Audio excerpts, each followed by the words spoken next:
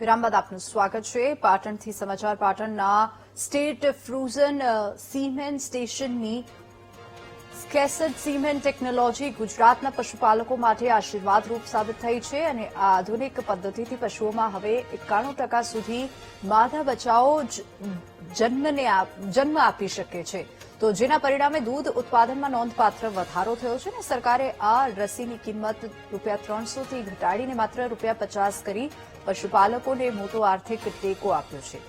જૂન 2021થી અત્યાર સુધીમાં 3.19 લાખથી વધુ ડોઝના વપરાશ થકી હજારો પશુપાલકોની કિસ્મત બદલાઈ છે અને સેક્સડ સીમેન્ટ પદ્ધતિમાં નર માટે જવાબદાર સેક્સ્ડ સીમેન્ટ પદ્ધતિમાં નર માટે જવાબદાર વાય ક્રોમોસોમ્સને દૂર કરી માત્ર એક્સ જે છે સક્રિય રાખવામાં આવે છે અને આ સચોટ ટેકનોલોજીને કારણે પશુપાલકો હવે ઈચ્છા મુજબ માદા પશુ મેળવી શકે છે, જે પશુપાલકોની આવક વધારવામાં સીધી મદદરૂપ બને છે અને કોયટા ગામના પશુપાલક પિન્ટુજીના તબેલામાં આ ટેકનોલોજીના ઉપયોગથી પશુઓની સંખ્યા અને ઓલાદ બંનેમાં સુધારો થયો છે. અગાઉ પરંપરાગત પદ્ધતિમાં નર પશુ જન્મવાની ચિંતા રહેતી, પરંતુ આ વૈજ્ઞાનિક અભિગમ અપનાવ્યા બાદ છેલ્લા 5 વર્ષમાં તેમના દૂધના વેચાણમાં 3 ગણો વધારો થયો છે.